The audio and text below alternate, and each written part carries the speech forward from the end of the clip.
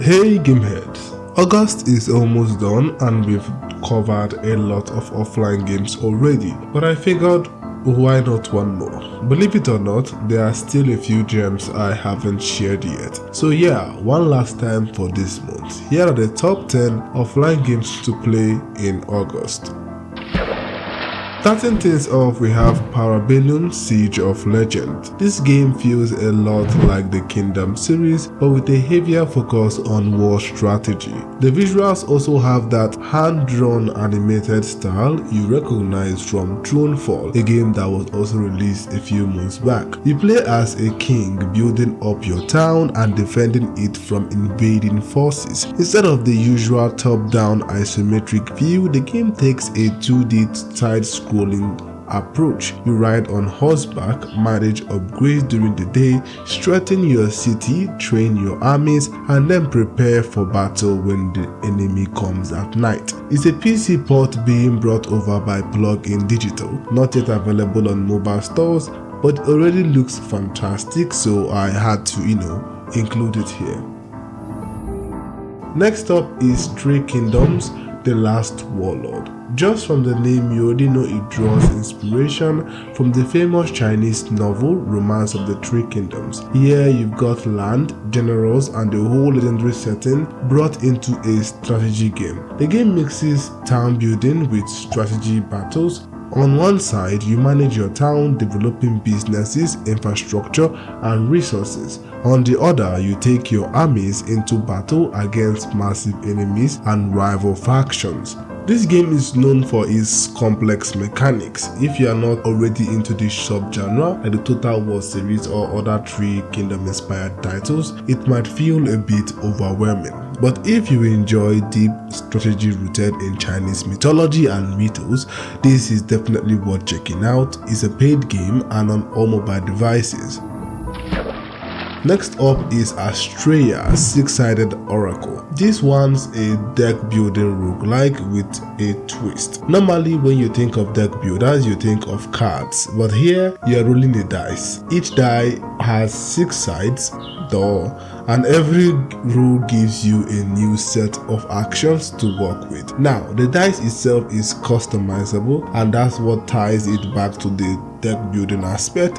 Instead of drawing cards, you actually modify your die to shape your playstyle. It also has a system of corruption and blessing. Corruption is used to damage enemies, while blessing is used to heal yourself. This mix adds a really interesting layer of strategy. The customizable dice means you can pack multiple abilities into a single roll, adding more randomness but also more variety compared to a traditional card system. It's weird but fascinating twist on an already established genre. Combining that with gorgeous visuals and an astronomy theme, and you've got something fresh and unique. If you're into deck building roguelike, this one is definitely worth a try.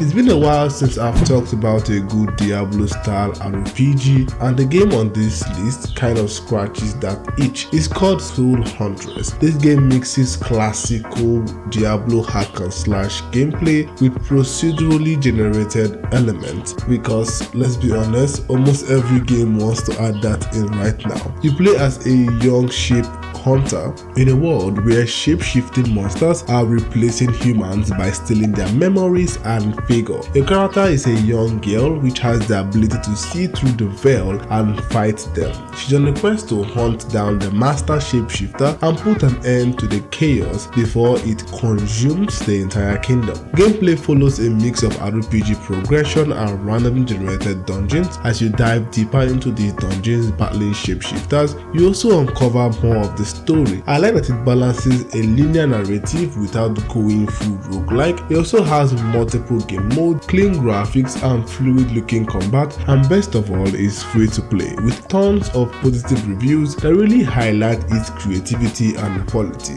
Definitely worth checking out. It's available on both Android and iOS.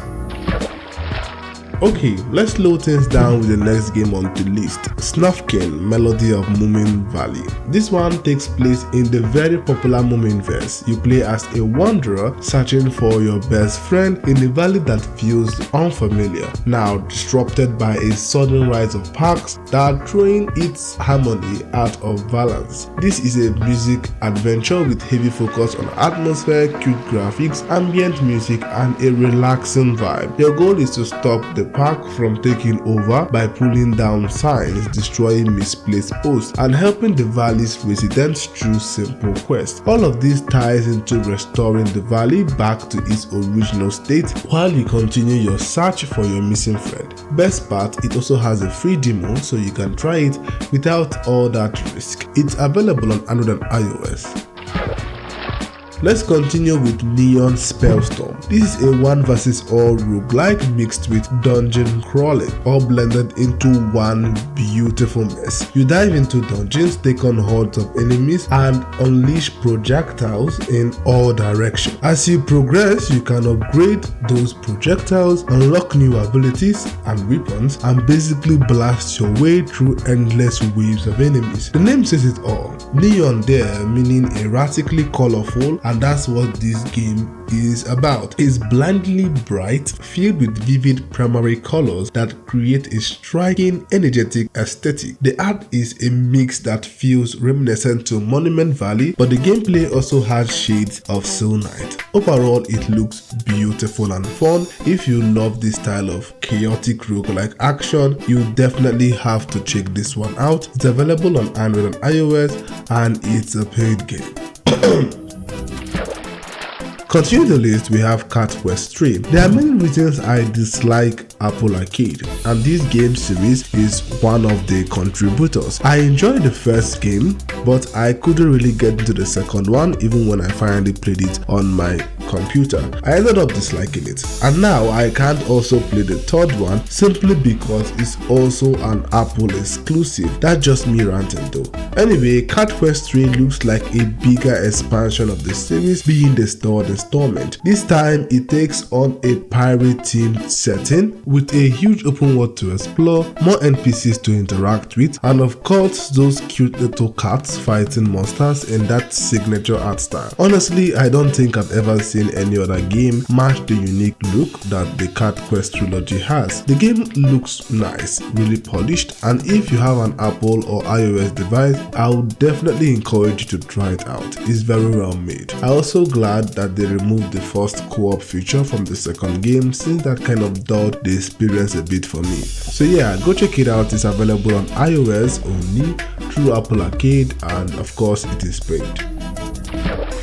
Next up, a very interesting game, we have Tiny Terraces. It's a idle farming simulator where you basically just farm crops without needing much input. You create farmers, assign them roles, and they will automatically carry them out for you. It's one of those idle games that runs on its own, but I included it here because of its stylized visuals and the way it lets you have an almost godlike ability, controlling farmers, influencing harvest, and guiding the flow of work. Think of it as something light you do in your spare time if you are busy and you don't have the energy for something as deep as Stardew Valley, but still want a farming vibe to relax with. This game is perfect. It's available on both Android and iOS, and it is paid.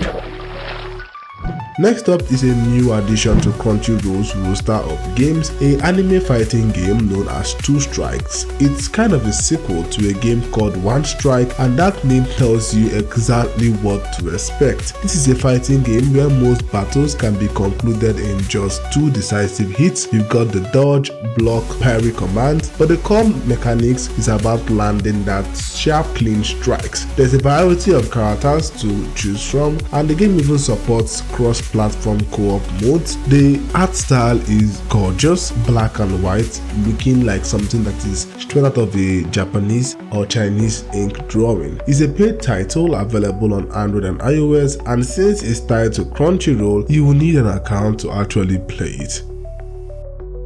tying things together with Totally Accurate Battle Simulator Pocket Edition, or TABS Pocket Edition for short. Now this is a game I'm sure a lot of you have at least heard about once, even if you're not deep into the gaming space. The premise is simple but absolutely hilarious. You battle with real-time physics using wobbly, goofy characters that create even crazier scenarios thanks to their physics-obeying engine. Want to see what happens when 100 men take on 5 elephants, or maybe 100 men versus 1 gorilla? The chaos is endless, and that's the charm of the game. You can build your own armies and send them out to compete in online campaigns against other players, or just stick to the classic campaign mode for some solo fun. Think of it as a simulator, but this one is all about battles and the nonsense that comes along with it. I've mentioned this one a few times on the channel, so you know the hype is real. So yeah, definitely check it out. It's available on Android and iOS and it's absolutely worth it. And that's it, and that's that. Which offline game will you be trying out? Let me know in the comment section. Make sure to like, subscribe and share the video so we can reach more people.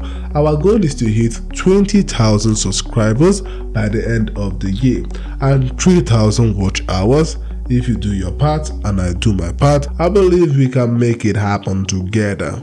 Thank you guys so much for watching. You really are the best. I see all the love, I see all the support, and I'm immensely strengthened by this community. You are my bedrock and I love you all. And I will see you in the next one. I'm out.